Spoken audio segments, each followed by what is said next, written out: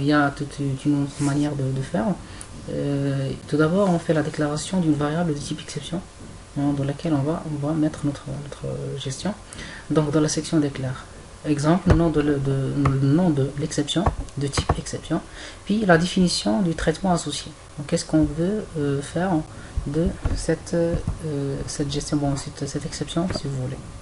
Alors, when, et puis on fait when, le nom de l'exception qu'on récupère, qu'on a défini, then le traitement qu'on veut associer.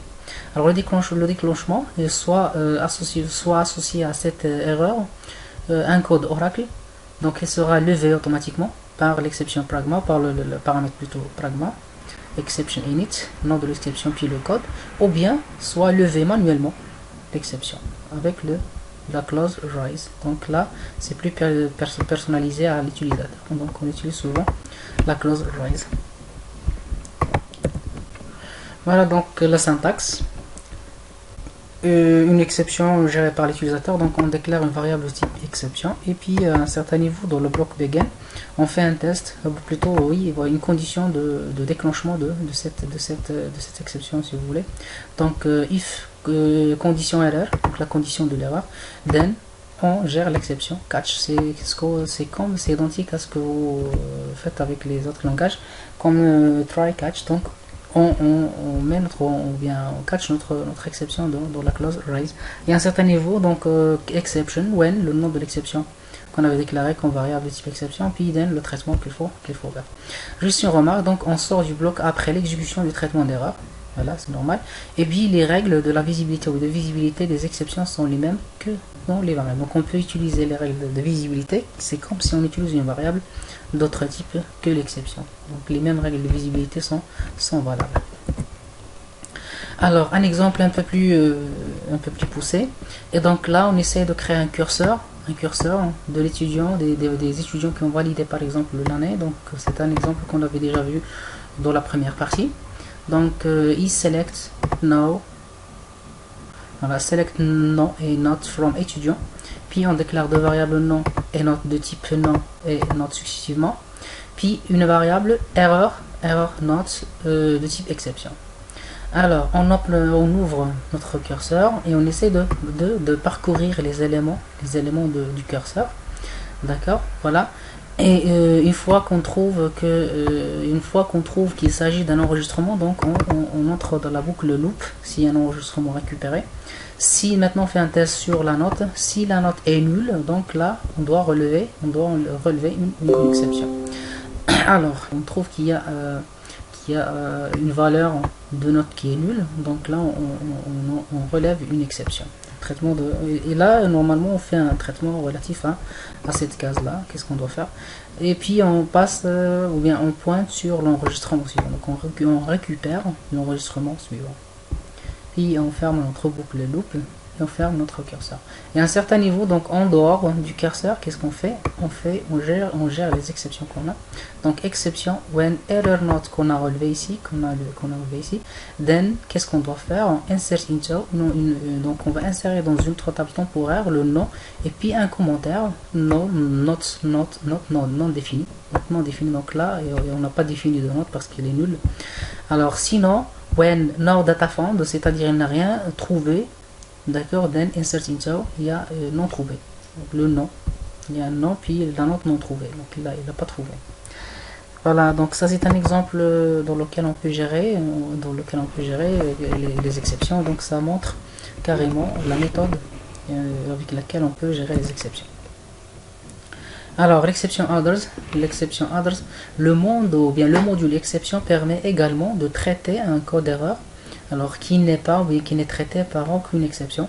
Donc le nom générique de cette exception prédéfinie est others. La syntaxe, c'est la dernière clause normalement lorsqu'on termine toutes les conditions ou bien lorsqu'on teste tous les cas qu'on a à gérer concernant les exceptions. Donc pour le reste, c'est un traitement par défaut, c'est le cas échéant de tous les autres cas. Voilà, donc c'est à peu près la syntaxe exception, etc. Et puis others, un autre traitement différent. Alors deux fonctions permettent de récupérer les informations sur l'erreur d'Oracle. Donc une fois qu'on ne connaît pas l'exception à gérer, donc on essaie de consulter la valeur du SQL code pour savoir, pour retourner la valeur de numérique, c'est-à-dire le code d'erreur ou le numéro d'erreur, et puis le message correspondant à ce code d'erreur pour avoir plus d'informations sur cette exception enlevée. Alors, un autre exemple plus pratique, donc on veut gérer les exceptions sur le salaire. Donc on cherche est-ce qu'il y a un salaire nul, c'est-à-dire s'il y a un salaire nul, donc on doit l'enlever carrément, ou bien on doit faire une exception de salaire nul. Alors on déclare dans un bloc PL/SQL une variable salaire de type salaire et une exception salaire nul de type exception, une variable, et puis le code de type number, un code, et message de type varchar. Donc select salaire into sal from employé, donc pardon, sal into salaire from la table employé qu'on connaît déjà dans le Chinoscode. If salaire égale à 0, if salaire égale à 0, alors then rise, on relève une exception, and if, et puis on gère cette exception c'est-à-dire d'autres exceptions qu'on peut carrément voir. Donc exception when salaire nul, ça c'est une exception qui est gérée par l'utilisateur, générée par l'utilisateur, par le programmeur. Alors when salaire nul, then on envoie un message, on affiche un message, une erreur de salaire. Donc ça générait une erreur de saisie, une erreur de salaire nul. Et puis si on a too many rows, donc on affiche un message trop de lignes, no data found, pas de ligne normalement, trop de lignes, pas de ligne, ça c'est pas de ligne, non pas trop de lignes, pas de ligne. Et puis si on a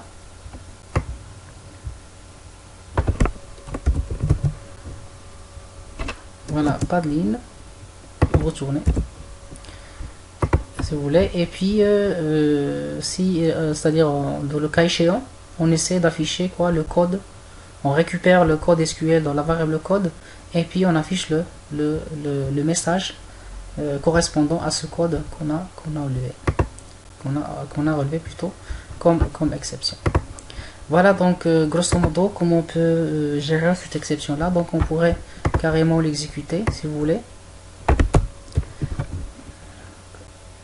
Voilà, donc on pourrait carrément l'exécuter. Donc voilà, donc ça c'est notre programme qu'on vient d'expliquer. Donc on l'avait enregistré sous forme exercice2.sql, et donc on va essayer de l'exécuter. Voilà, donc c'est ça, normalement c'est dans les exceptions je pense. Donc c'est voilà, donc on a le bas, puis le chemin absolu, ni exemple, exemple 2.sql,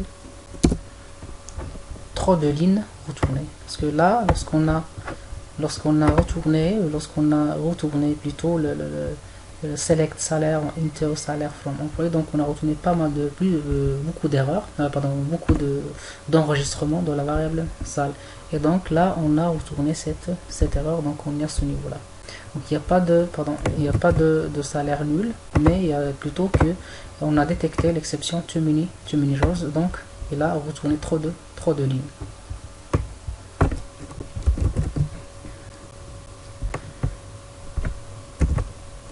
Voilà, donc il a retourné pas trop de. Donc on réexécute avec la modification, parce qu'on tombe toujours sur la même. Voilà, donc on tombe toujours sur la même exception, c'est qu'on a ici trop de lignes retournées. Voilà donc comment exécuter à peu près l'exécution. C'est carrément la même chose que vous avez vu en ce qui concerne les curseurs. Voilà donc un exercice à faire. Donc on cherche à trouver le nom de l'employé qui porte le nom de King, sauf que si cet employé n'existe pas, ce qui retourne une erreur de type no data found. Donc suivant la solution, qu'est-ce qu'il faut faire?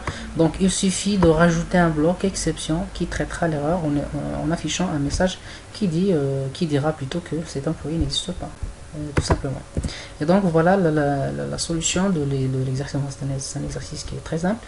Donc on déclare une variable vename, de type varchar, begin select into, bon, select a name into the name from employee where le nom égale à King, et puis on affiche un message le nom de l'employé est ça, et on essaie de gérer cette exception là. Alors une fois qu'il trouve qu'il y a no data found, il doit afficher ce client n'existe pas. Sinon il va afficher c'est une erreur quelconque, qu'il s'agit d'une autre erreur plutôt qu'on connaît pas. Voilà, et merci pour ce qui concerne cette partie. Donc pour la suite va être fait dans un autre vidéo qui suivra juste après. Ben, merci et bon courage.